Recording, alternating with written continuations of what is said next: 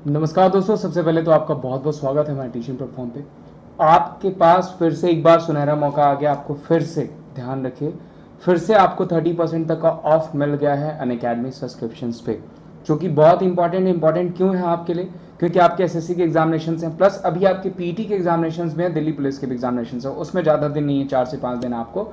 फिर भी वहाँ पे अगर आप देखते हैं तो रिसेंट में आपको क्या है कि बहुत अच्छे से आपका रिवीजन हो जाएगा। प्लस एसएससी सीजीएल के लिए तो एक गोल्डन चांस है कि अभी आपका एग्जाम दिसंबर तक है। अभी आप अगर सब्सक्रिप्शन ले लेते हैं, यहाँ पे 30% का ऑफ भी मिल रहा है, तो आप बिल्कुल सेलिब्रेट करेंगे आप अपनी लर्निंग को। प्लस बहुत ज़्यादा बेनिफिट भी हो जाएगा, क्योंकि बहुत अच्छे अच्छे कोर्स आपको प्रेजेंट किए जा रहे हैं।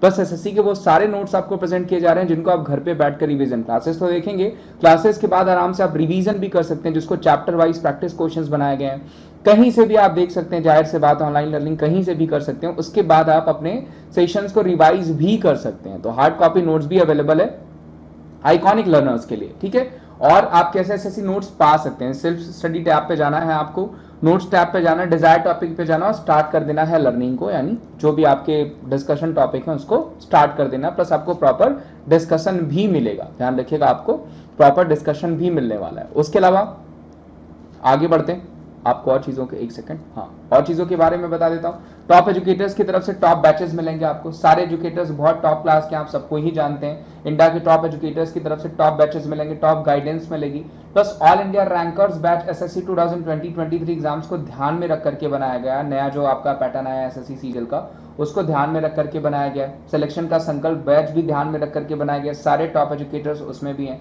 प्लस लक्ष्य से एचएसएल बैच जो है आपका कंप्लीट बैच कोर्स है, जो कि आपको मिल रहा है। उसके अलावा जीडी कांस्टेबल हो गया 2022 के लिए, वो भी आपको एम बैच है। उसके अलावा कंप्लीट बैच और जनरल स्टडीज, क्योंकि आपका सीजीएल में भी इस बार ऐड हो गया, तो ये आपके लिए काफी इंपॉर्टेंट होने वाला है।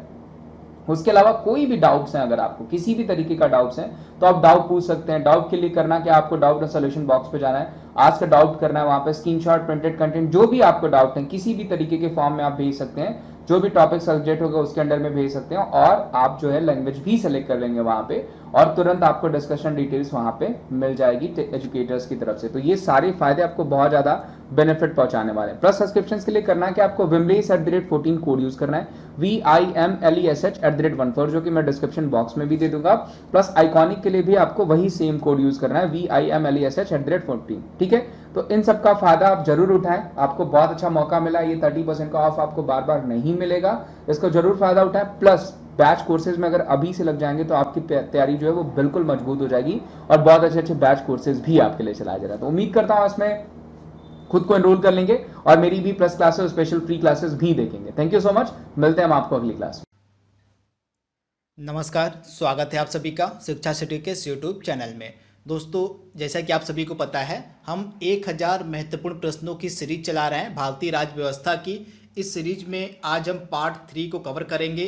भारतीय राज्य व्यवस्था का जो हमारा 1000 महत्वपूर्ण प्रश्नों की सीरीज है, उसके पार्ट 3 को आज हम कवर करेंगे, तथा पार्ट 3 में आज हम जो है लोकसभा से संबंधित सभी महत्वपूर्ण प्रश्नों को हम कवर करेंगे। इससे पहले हमने पार्ट 1 और 2 को अपलोड कर दिया है। पार्ट 1 में हमने मौलिक अधिकारों से संबंधित सभी इंपॉर्टेंट प्रश्नों को कवर कर लिया था हमने, और पार्ट 2 में हमने जो है राष्ट्रपति से संबंधित जितने भी इंपॉर्टेंट प्रश्न बन सकते थे उनको हमने कवर कर लिया। तो अगर आपने हमारे पिछले 2 पार्ट नहीं देखे हैं तो उन्हें आप देख लीजिएगा, वे दोनों पार्ट काफ़ी इंपॉर्टेंट है आपके एग्जाम के लिए। आज के पार्ट 3 में हम कवर करेंगे लोकसभा से संबंधित सभी इंपॉर्टेंट प्रश्नों को। तो चलिए वीडियो को स्टार्ट करते हैं और देख लेते हैं कि लोकसभा से संबंधित कौन कौन से इंपॉर्टेंट प्रश्न हैं जिनको इस वीडियो में सम्मिलित किया गया है। तो चलिए वीडियो को शुरू करते हैं। पहला प्रश्न हमारा है, निम्न में से कौन भारत की संसद का अंग नहीं है? तो पहला प्रश्न हमारा काफ़ी इंपॉर्टेंट है। तो जैसा कि आप सभी को पता है, हमारी जो पार्लियामेंट है, हमारी जो संसद है, वह 3 पार्ट में बटी हुई है, मतलब 3 लोगों से मिलके बनती है। पहला राष्ट्रपति होगा, राष्ट्रपति प्लस लोकसभा प्लस राज्यसभा, इन तीनों को मिला के जो है हमारी संसद बनती है। तो इस प्रकार से संसद का कौन अंग नहीं माना जाएगा इसमें से? तो लोकसभा अध्यक्ष जो है यह संसद के अंग नहीं माने जाते हैं। बाकी तीनों, राष्ट्रपति, राज्यसभा और लोकसभा, संसद के अभिन्न अंग माने जाते हैं, क्योंकि हमारी जो संसद है इन तीनों से मिलके बनती है, राष्ट्रपति प्लस राज्यसभा प्लस लोकसभा। तो इसे आप याद रखिएगा, ये कई बार एग्जाम में पूछा गया प्रश्न है। अगला प्रश्न हमारा है, निम्न में से कौन सा सुमेलित नहीं है। आपके पास 4 कथन दिए गए हैं, चारों कथनों में से आपको देख के बताना है इसमें से कौन सा कथन है जो सही सुमेलित नहीं है। तो आइए 1 बाय 1 करके सभी कथनों को पहले पढ़ते हैं। तो पहला कथन हमारा है, संसद केंद्र सरकार के विधायी अंग है। यह कथन तो हमारा बिल्कुल सही है। दूसरा क्या कथन हमारा है, लोकसभा। तो लोकसभा को हमारे यहाँ क्या कहा जाता है, लोअर हाउस यानी कि निचला सदन। उसके बाद राज्यसभा को उच्च सदन यानी कि अपर हाउस कहा जाता है, भी बिल्कुल सही है। तो चौथा कथन क्या कह रहा है, हाउस ऑफ कॉमन्स यानी ऊपरी सदन। तो यह कथन बिल्कुल गलत है, क्योंकि हाउस ऑफ कॉमन्स को हम कहते हैं निचला सदन। क्या कहा जाता है, इसको निचला सदन कहा जाता है, हाउस ऑफ कॉमन्स को। तो इसे भी आप याद रखिएगा, ब्रिटेन का जो हाउस ऑफ कॉमन्स है उसको हम निचला सदन कहते हैं। तो इसे भी आप याद रखिएगा, ब्रिटेन का जो हाउस ऑफ कॉमन्स है, संसद का निचला सदन को हाउस ऑफ कॉमन्स के नाम से जानते हैं ब्रिटेन के। तो इसे आप याद रखिएगा। इस प्रकार से जो ऑप्शन डी हमारा है वह सही सुमेलित नहीं है। अगला हमारा प्रश्न कह रहा है, राज्यसभा में कितने सदस्य राज्यों और केंद्र शासित प्रदेशों से चुनकर आते हैं। तो राज्यसभा में कितने सदस्य राज्यों और केंद्र शासित प्रदेशों से चुन के आते हैं। तो जैसा कि आप सभी को पता है, राज्यसभा में टोटल अधिकतम जो सदस्यों की संख्या है वो 250 रखी गई है, तथा इन 250 सदस्यों की संख्या में से 238 सदस्य राज्यों प्लस केंद्र शासित प्रदेशों से चुन के आते हैं, तथा इसमें से बाकी के जो 12 सदस्य हैं उनको राष्ट्रपति मनोनीत करते हैं। तो इस प्रकार से 250 टोटल सदस्य पूरे हो जाते हैं राज्यसभा के, जिनमें से 250 में से 238 सदस्य आपके राज्यों और केंद्र शासित प्रदेशों से निर्वाचित किए जाते हैं, तथा बाकी के जो 12 सदस्य हैं उनका निर्वाचन राष्ट्रपति के द्वारा मनोनीत होते हैं। बारी आप याद देखिएगा, मनोनीत किए जाते हैं। ये जो 12 सदस्य हैं बाकी के, ये मनोनीत किए जाते हैं राष्ट्रपति के द्वारा। तो इसे भी आप याद रखिएगा, ये भी कई बार एग्जाम में पूछा गया प्रश्न है। तो इस प्रश्न का जो तीसरा है प्रश्न हमारा, इसका राइट आंसर क्या हो जाएगा, ऑप्शन बी यानी 238 सदस्य जो हैं वो राज्यों और केंद्र शासित प्रदेशों से चुनकर आते हैं। अगला प्रश्न हमारा है, निम्न में से कौन सा कथन सही नहीं है। तो आपके पास 4 कथन दिए गए हैं, इन कथनों को देख के बताना है आपको कि इसमें से कौन सा कथन सही नहीं है। तो आइए 1 बाय 1 करके पहले कथन को पढ़ते हैं। पहला कथन हमारा है, लोकसभा में अधिकतम सदस्य संख्या 552 हो सकती है। तो पहला कथन हमारा बिल्कुल सही है, क्योंकि हमारे संविधान में प्रावधान किया गया है कि जो लोकसभा सदस्यों की अधिकतम संख्या है वह 552 हो सकती है। दूसरा कथन क्या हमारा है, सिर्फ दिल्ली और पुदुचेरी के सदस्य ही राज्यसभा में चुनकर आते हैं। तो यह कथन भी हमारा सही है। इसके बाद 65वें संविधान संशोधन के द्वारा मत देने की जो आयु सीमा है उसको 61 वर्ष से घटाकर 18 वर्ष कर दिया गया है। तो यह जो कथन है वह बिल्कुल गलत है, क्योंकि 65वें नहीं 61वें संविधान संशोधन के द्वारा, आप याद रखिएगा, 61वें संविधान संशोधन के द्वारा जो मत देने की आयु थी उसको 21 वर्ष से घटाकर 18 वर्ष किया गया था। तो इस प्रकार से तीसरा कथन जो हमारा है वह बिल्कुल गलत है। तो इसे भी आप याद रखिएगा। चौथा कथन क्या हमारा इसमें कह रहा है, लोकसभा अध्यक्ष को कोई भी शपथ नहीं लेनी पड़ती है। तो इस प्रकार लोकसभा जो अध्यक्ष है उसको कोई भी शपथ नहीं लेनी पड़ती है, आपको तो पता ही है। तो इस प्रकार से जो प्रश्न 4 है इसमें से हमारा जो कथन सही नहीं है वो है ऑप्शन सी का, यानी 65वें संविधान संशोधन की जगह 61वां संविधान संशोधन होगा, यानी कि 61वें संविधान संशोधन के द्वारा मत देने की जो आयु थी उसको 21 वर्ष से घटाकर 18 वर्ष कर दिया गया था। तो इसे आप याद रखिएगा। अगला प्रश्न हमारा है, लोकसभा के लिए चुनाव में निर्वाचित होने के लिए किसी व्यक्ति के लिए न्यूनतम आयु सीमा कितनी रखी गई है। तो लोकसभा में निर्वाचित होने के लिए किसी व्यक्ति के लिए जो न्यूनतम आयु सीमा है वह रखी गई है 25 वर्ष, यानी ऑप्शन जो इसका सी है हमारा बिल्कुल सही है। मतलब लोकसभा चुनाव अगर आपको लड़ना है तो आपकी जो न्यूनतम उम्र है वह 25 वर्ष होनी चाहिए। तो इसका राइट आंसर क्या हो जाएगा, ऑप्शन सी यानी कि 25 वर्ष। अगला प्रश्न हमारा कह रहा है, लोकसभा में राज्यवार सीटों का आवंटन सन 1971 की जनगणना के आधार पर किया गया है। तो आपको बताना है कि यह जो निर्धारण है लोकसभा सीटों का, यह किस वर्ष तक यथावत बना रहेगा। तो 2026 इसका राइट आंसर हो जाएगा। 2026 तक यह जो सीटों का आवंटन है यह यथावत बना रहेगा। तो इसका राइट आंसर क्या हो जाएगा? 2026, यानी ऑप्शन बी जो हमारा है वह बिल्कुल सही है। आप इसे याद रखिएगा। जो लोकसभा में राज्यवार सीटों का आवंटन है उसको 1971 की जनगणना के आधार पर 2026 तक यथावत किया गया, यानी 2026 तक यह जो लोकसभा की सीटें हैं यथावत बनी रहेंगी, उनमें किसी भी प्रकार का कोई परिवर्तन नहीं किया जाएगा। तो ऑप्शन बी इसका बिल्कुल सही है।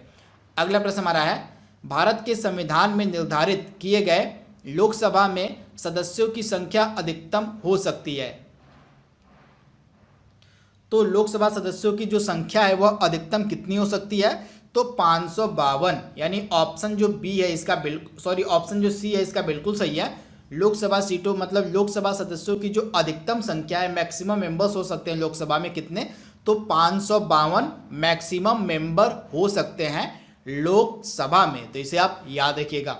अगला प्रश्न हमारा कह रहा है, संविधान के किस संशोधन ने लोकसभा के सदस्यों की संख्या 525 से बढ़ाकर 545 कर दी थी?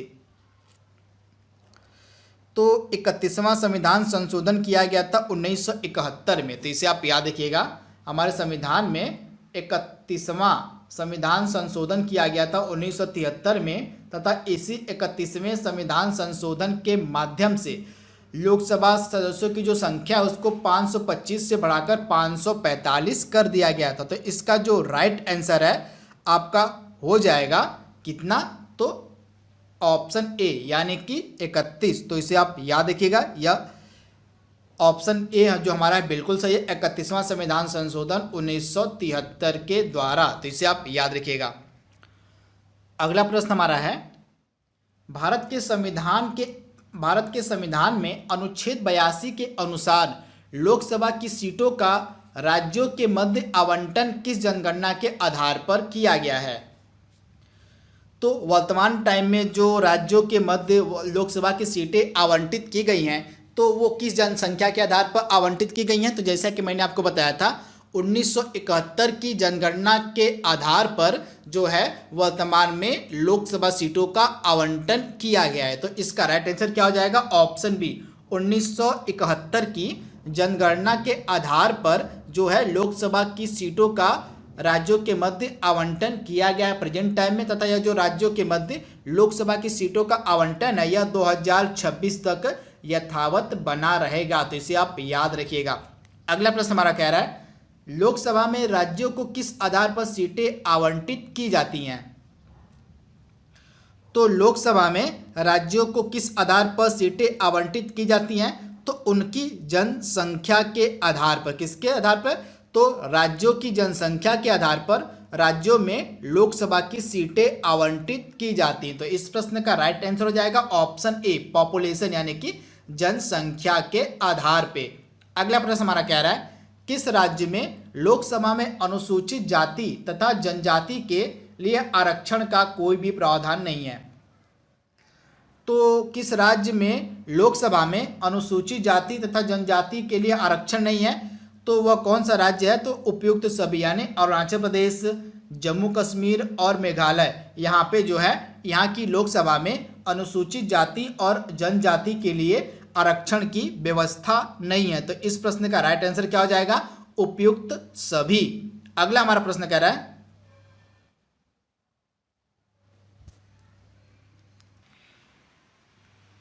11वें प्रश्न में थोड़ा सा आप क्लियर कर लीजिएगा एक चीज़। यहाँ पे मैंने जो आपको बताया था मेघालय की लोकसभा में अनुसूचित जाति और जनजाति के लिए आरक्षण की व्यवस्था नहीं है, परंतु यहाँ पे एक परिवर्तन कर दिया गया है। 2008 का जब परिसीमन किया गया था तो उस परिसीमन के आधार पर मेघालय में जो 2 लोकसभा सीटें हैं उसमें अनुसूचित जनजाति के लिए आरक्षण कर मतलब 2 लोकसभा सीटें अनुसूचित जनजाति के लिए आरक्षित कर दी गई हैं। जैसे आप याद रखिएगा 2008 के परिसीमन के आधार पर मेघालय में 2 लोकसभा सीटें अनुसूचित जनजाति के लिए आरक्षित कर दी गई हैं। तो इसे आप याद कर लीजिएगा, इसे आप क्लियर कर लीजिएगा। परंतु प्रेजेंट टाइम में अरुणाचल प्रदेश और जम्मू कश्मीर में अनुसूचित जाति और जनजाति के लिए मतलब लोकसभा में कोई भी सीटें आरक्षित नहीं है, तो इसे आप याद रखिएगा।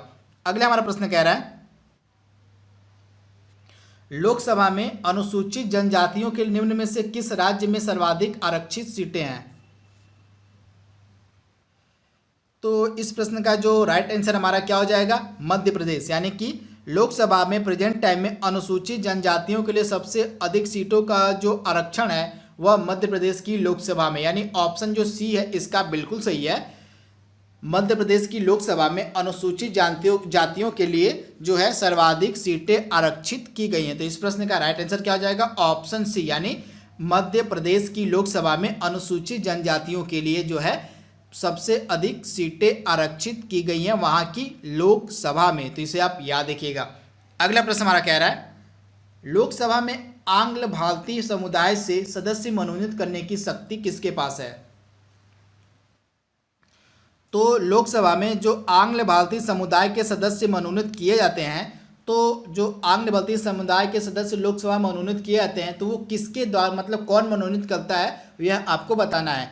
तो लोकसभा में आंग्ल भारतीय समुदाय के सदस्य को मनोनीत करने की जो शक्ति है, जो पावर है, वह प्रेसिडेंट ऑफ इंडिया के पास है। यानी ऑप्शन जो बी है इसका बिल्कुल सही है। हमारे भारत के जो राष्ट्रपति होते हैं वो लोकसभा में आंग्ल भारतीय समुदाय के सदस्यों को मनोनीत करते हैं। तो इस प्रश्न का राइट आंसर क्या हो जाएगा, ऑप्शन बी, भारत के राष्ट्रपति।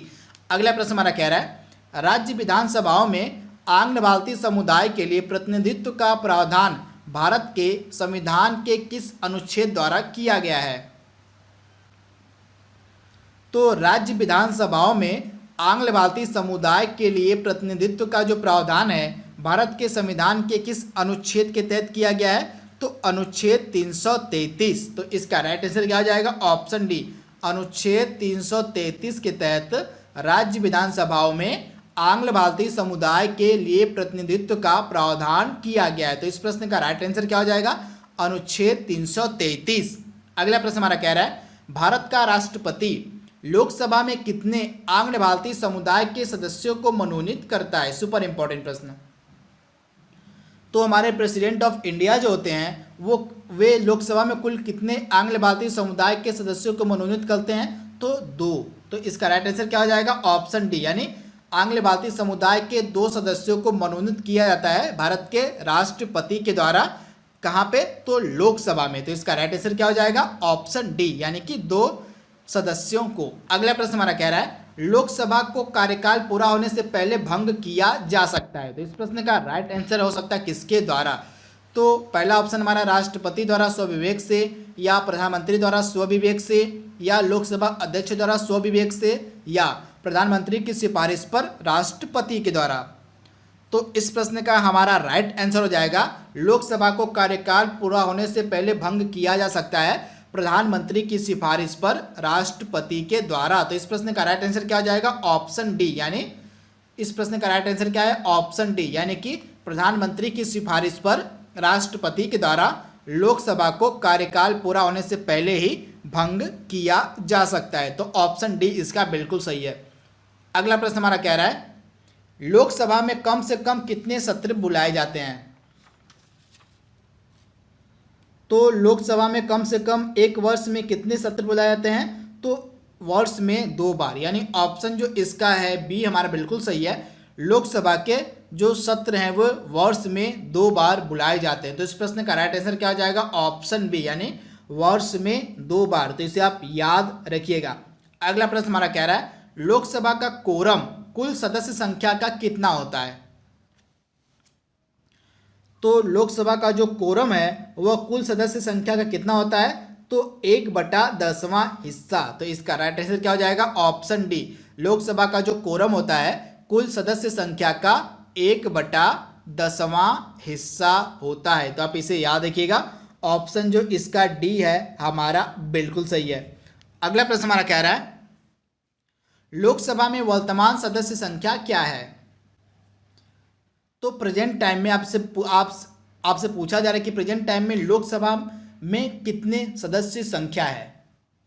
तो वर्तमान में लोकसभा की जो सदस्य संख्या है वो है 545। तो आप इसे याद रखिएगा 545, यानी ऑप्शन जो डी है इसका बिल्कुल सही है। अगला प्रश्न हमारा है लोकसभा की बैठक समाप्त की जा सकती है, किस आधार पे? तो लोकसभा की जो बैठक है वह किस आधार पे समाप्त की जा सकती है? तो इसका राइट आंसर क्या हो जाएगा? उपरोक्त सभी के द्वारा, स्थगन के द्वारा, सत्रावसान के द्वारा या विघटन के द्वारा, इन तीनों आधार पे लोकसभा की जो बैठक है उसको समाप्त किया जा सकता है। तो आप इसे याद रखिएगा, ऑप्शन जो इसका डी है हमारा बिल्कुल सही है। इसमें से कुछ डिफरेंस है जो आपको पता होने चाहिए। इसमें से जो स्थगन है वह लोकसभा अध्यक्ष करता है। जो लोकसभा अध्यक्ष होता है वह स्थगन के साथ लोकसभा की बैठक को समाप्त कर सकता है। इसके बाद जो सत्रावसान होता है और विघटन होता है, यह दोनों कौन करता है? तो यह राष्ट्रपति के पास इसकी पावर होती है। तो दोनों आपको पता होना चाहिए। अगर लोकसभा के स्थगन की बात हो तो यह करेगा लोकसभा स्पीकर। अगर लोकसभा के सत्रावसान और विघटन की बात हो तो इसकी पावर राष्ट्रपति को दी गई है। तो आप इसे याद रखिएगा। अगला प्रश्न हमारा कह रहा है, निम्नलिखित में से कौन लोकसभा के सत्र का अवसान करने की शक्ति, मतलब इसमें से आपको बताना है कि किसके पास लोकसभा के सत्र को समाप्त करने की शक्ति दी गई है, किसके पास है? तो लोकसभा के सत्र का अवसान करने के लिए किसके पास शक्ति है? तो इसका राइट आंसर क्या हो जाएगा? President of India. तो लोकसभा का सत्र का अवसान कौन कर सकता है? तो प्रेसिडेंट ऑफ इंडिया यानी भारत के राष्ट्रपति। तो ऑप्शन ए इसका बिल्कुल सही है। अगला प्रश्न हमारा कह रहा है, किस राज्य में वर्तमान में सबसे ज्यादा लोकसभा की सीटें हैं? सुपर इंपॉर्टेंट प्रश्न। तो प्रेजेंट टाइम में यानी कि वर्तमान में किस राज्य में सबसे अधिक लोकसभा की सीटें हैं? तो प्रेजेंट टाइम में सबसे अधिक लोकसभा की सीटें हैं उत्तर प्रदेश में, कुल 80। कितनी? तो उत्तर प्रदेश में कुल 80 लोकसभा की सीटें हैं। तो ऑप्शन ए इसका बिल्कुल सही है। अगला प्रश्न हमारा कह रहा है, भारत में किस राज्य का लोकसभा व राज्यसभा में प्रतिनिधित्व सबसे ज्यादा है? तो इसका राइट आंसर क्या हो जाएगा? ऑप्शन ए यानी कि उत्तर प्रदेश राज्य का जो है लोकसभा में और राज्यसभा में जो प्रतिनिधित्व है वह सबसे ज़्यादा है। उत्तर प्रदेश की लोकसभा सीटें 80 हैं और राज्यसभा की सीटें 31 हैं। तो इसे भी आप याद रखिएगा। इस प्रकार से उत्तर प्रदेश का लोकसभा और राज्यसभा में प्रतिनिधित्व जो है सबसे अधिक है। लोकसभा की सीटें उत्तर प्रदेश में 80 हैं और राज्यसभा की 31 हैं। अगला प्रश्न हमारा कह रहा है, निम्न में से किस राज्य से लोकसभा के 2 सदस्य निर्वाचित किए जाते हैं? तो आपसे पूछा जा रहा है कि निम्नलिखित दिए गए किस राज्य में लोकसभा के 2 सदस्य हैं? तो इसका राइट आंसर क्या हो जाएगा? ऑप्शन डी यानी कि उपयुक्त सभी। त्रिपुरा में लोकसभा के 2 सदस्य हैं, अरुणाचल प्रदेश में लोकसभा के 2 सदस्य हैं, उसके बाद गोवा में भी जो है, गोवा जो राज्य है इसमें भी लोकसभा के 2 सदस्य हैं, उसके बाद मणिपुर में भी लोकसभा के 2 सदस्य हैं। तो 4 इंपॉर्टेंट राज्य आप याद रखिएगा, त्रिपुरा, अरुणाचल प्रदेश, गोवा, मणिपुर, इन चारों में लोकसभा की 2 सदस्य सीटें हैं। तो आप इसे याद रखिएगा। ये काफ़ी फेवरेट प्रश्न है किसी भी एग्जाम का। ये अक्सर पूछा जाता है कि वह कौन सा राज्य है जिसमें लोकसभा की 1 सीटें हैं या 2 सीटें हैं। तो अगर 2 सीटों की बात हो तो त्रिपुरा, अरुणाचल प्रदेश, गोवा, मणिपुर, ये 4 इंपॉर्टेंट राज्य हैं जहाँ पे जो है क्या बोलते हैं 2 सीटें हैं लोकसभा की। इसके अलावा जो मेघालय है यहाँ पे भी लोकसभा की 2 सीटें हैं। मेघालय में भी लोकसभा की 2 सीटें हैं। तो इसे भी आप याद रखिएगा। अगला इंपॉर्टेंट प्रश्न हमारा है, निम्नलिखित में से किस राज्य से लोकसभा के 1 सदस्य निर्वाचित किया जाता है? यानी कि वह कौन सा राज्य है जिसमें लोकसभा की बस 1 सीटें हैं? तो इसका भी उपयुक्त तो सभी सही होगा। मिजोरम में भी लोकसभा की 1 सीटें हैं, मिजोरम में लोकसभा की 1 सीटें हैं, उसके बाद नागालैंड में भी लोकसभा की 1 सीटें हैं और सिक्किम में भी जो है 1 सीटें हैं लोकसभा की। तो इसे भी आप याद रखिएगा। मिजोरम, नागालैंड और सिक्किम, इन तीनों राज्यों में लोकसभा की 1 सीटें हैं। अगला प्रश्न हमारा कह रहा है, उत्तर प्रदेश का सबसे बड़ा लोकसभा संसदीय क्षेत्र कौन सा है? तो प्रेजेंट टाइम में वर्तमान में उत्तर प्रदेश का सबसे बड़ा जो लोकसभा संसदीय क्षेत्र है वह गाजियाबाद है। यानी ऑप्शन ए इसका बिल्कुल सही है। उत्तर प्रदेश का सबसे बड़ा लोकसभा संसदीय क्षेत्र प्रेजेंट टाइम में गाजियाबाद है। तो आप इसे याद रखिएगा। इसके साथ क्या आप कमेंट बॉक्स में बता सकते हैं कि भारत का सबसे बड़ा लोकसभा संसदीय क्षेत्र कौन सा है? अगर आपको इसका जवाब पता है तो आप हमें कमेंट बॉक्स में बताइएगा कि पूरे भारत का सबसे बड़ा लोकसभा संसदीय क्षेत्र कौन सा है? इसका जवाब आप कमेंट बॉक्स में हमें जरूर दीजिएगा। अगला प्रश्न हमारा कह रहा है लोकसभा का पहला आम चुनाव कब हुआ था? यह भी सुपर इंपॉर्टेंट प्रश्न है। तो लोकसभा का पहला आम चुनाव कब लड़ा गया था? तो इसका राइट आंसर हो जाएगा 1952 में। कब? तो लोकसभा का जो पहला आम चुनाव हुआ था यह हुआ था 1952 में। तो आप इसे याद रखिएगा, ऑप्शन जो बी है इसका बिल्कुल सही है। 1952 में लोकसभा का पहला चुनाव हुआ था, तो आप इसे याद रखिएगा। तो एक चीज आप याद रखिएगा, लोकसभा का जो प्रथम चुनाव था यह 25 अक्टूबर 1952 से 21 फरवरी 1952 तक चला था। इसे आप याद रखिएगा, 25 अक्टूबर, एक्चुअल डेट भी आपको पता होनी चाहिए, 25 अक्टूबर 1951 से लेके 21 फरवरी, कब? तो 21 फरवरी 1952 तक जो है लोकसभा का पहला आम चुनाव चला था। तो इसे आप याद रखिएगा। तथा इस आम चुनाव में टोटल 489 कितनी 489 पे चुनाव लड़े गए थे। कितने? तो इस पहले आम चुनाव में टोटल 489 सीटों पे चुनाव हुए थे। तो आप इसे याद रखिएगा। अगला प्रश्न हमारा कह रहा है निम्नलिखित में से कौन सा एक लोकसभा का सर्वाधिक क्षेत्रफल के अनुसार निर्वाचन, मतलब निम्नलिखित में कौन सा एक लोकसभा का सर्वाधिक बड़ा निर्वाचन क्षेत्र है? तो दिए गए ऑप्शंस में से लोकसभा का एक सबसे बड़ा क्षेत्रफल के अनुसार जो सबसे बड़ा निर्वाचन क्षेत्र है वह कौन सा है? तो लद्दाख, यानी ऑप्शन जो इसका बी है हमारा बिल्कुल सही है। अगला प्रश्न हमारा कह रहा है भारत में लोकसभा, मतलब भारत में लोकसभा का जो अध्यक्ष है क्या वो मनोनीत किया जाता है या चयनित किया जाता है या निर्वाचित किया जाता है या नियुक्त किया जाता है? तो क्या मतलब किस प्रकार से लोकसभा का अध्यक्ष चुना जाता है आपको बताना है। तो भारत में जो लोकसभा का अध्यक्ष होता है, लोकसभा का स्पीकर होता है, वह किस आधार पर लोकसभा में आता है? तो चयनित, मतलब इसका चयन किया जाता है। तो आप इसे याद रखिएगा, लोकसभा का जो स्पीकर है वह चयनित किया जाता है, यानी ऑप्शन जो बी है इसका बिल्कुल सही है। लोकसभा का स्पीकर जो है उसका चयन किया जाता है। तो इसका राइट आंसर क्या हो जाएगा? ऑप्शन बी, यानी चयनित किया जाता है। अगला प्रश्न क्या है लोकसभा का अध्यक्ष अपना त्यागपत्र किसे सौंपता है? तो लोकसभा का स्पीकर अपना त्यागपत्र किसे देता है? तो उपाध्यक्ष को। किसको? तो लोकसभा स्पीकर जो है अपना त्यागपत्र किसको देता है? तो लोकसभा के उपाध्यक्ष को, यानी ऑप्शन जो सी है इसका बिल्कुल सही है, लोकसभा के उपाध्यक्ष को। अगला प्रश्न हमारा कह रहा है लोकसभा के प्रथम अध्यक्ष कौन थे? तो लोकसभा के प्रथम अध्यक्ष कौन थे? तो जीवी मावलंकर, यानी ऑप्शन जो ए है इसका बिल्कुल सही है। जीवी मावलंकर जो थे ये लोकसभा के पहले अध्यक्ष थे। तो इसका राइट आंसर क्या हो जाएगा? ऑप्शन ए, जीवी मावलंकर। तो आप इसे याद रखिएगा, जीवी मावलंकर जो थे ये लोकसभा के पहले अध्यक्ष थे। तो आप इसे याद रखिएगा। अगला प्रश्न हमारा कह रहा है लोकसभा की प्रथम महिला अध्यक्ष कौन थी? तो लोकसभा की प्रथम महिला अध्यक्ष कौन थी? तो मीरा कुमार। तो इसका राइट आंसर क्या हो जाएगा? ऑप्शन सी, मीरा कुमार जो थी ये लोकसभा की प्रथम महिला अध्यक्ष थी। तो इस प्रश्न का राइट आंसर क्या है हमारा? Option C. तो आप इसे याद रखिएगा, 15वीं लोकसभा इलेक्शन आप इसे याद रखिएगा। 15वीं लोकसभा जो इलेक्शन हमारा हुआ था, 15वीं लोकसभा का चुनाव जो हुआ था, इसमें हमारी लोकसभा स्पीकर बनी थी मीरा कुमार, जो कि हमारे भारत की प्रथम महिला लोकसभा स्पीकर भी बनी थी। तो आप इसे याद रखिएगा।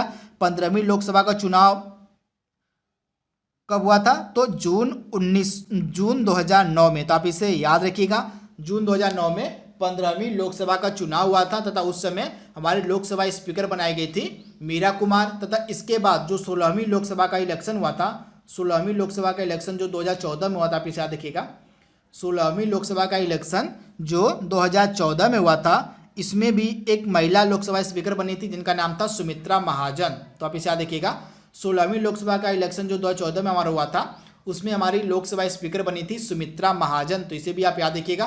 तथा हाल ही में 2019 में हमारा जो लोकसभा का 17वीं लोकसभा का जो इलेक्शन हाल ही में 2019 में हुआ है, इसमें हमारे लोकसभा स्पीकर बनाए गए हैं ओम बिरला। तो इसे भी आप याद रखिएगा।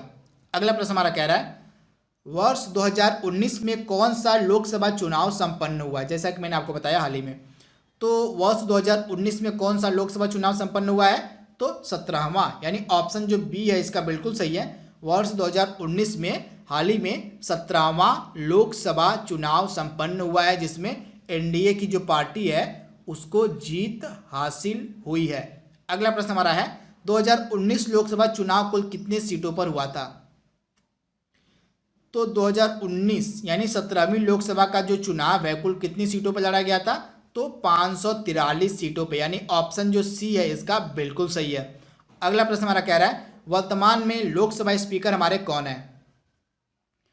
तो जैसा कि मैंने आपको बताया हाल ही में 2019 में हमारे 17वीं लोकसभा के इलेक्शन संपन्न हो गए थे, तथा इस 17वीं लोकसभा इलेक्शन में हमारे जो नए लोकसभा स्पीकर बनाए गए वो बनाए गए ओम बिरला। तो इसे आप याद रखिएगा, ऑप्शन जो बी है इसका बिल्कुल सही है। ओम बिरला 17वीं लोकसभा के यानी कि प्रेजेंट टाइम में लोकसभा के हमारे स्पीकर हैं, तथा 16वीं लोकसभा हमारी जो हाल ही में ख़त्म हुई है 16वीं लोकसभा की हमारी स्पीकर थी सुमित्रा महाजन, तथा हरिवंश नारायण सिंह हमारे राज्यसभा के उपसभापति। से भी आप याद रखिएगा, राज्यसभा के हमारे उपसभापति हैं हरिवंश नारायण सिंह, इसे भी आप याद रखिएगा। तथा राज्यसभा के वर्तमान में सभापति हमारे हैं वेंकैया नायडू जी। तो दोस्तों यहाँ पे हमने आज यानी कि लोकसभा से रिलेटेड हमने 35 सबसे महत्वपूर्ण प्रश्नों को हमने कवर कर लिया है। आई होप आपको वीडियो पसंद आया होगा। तो आज के लिए बस इतना ही। Thank you, thanks for watching, thank you.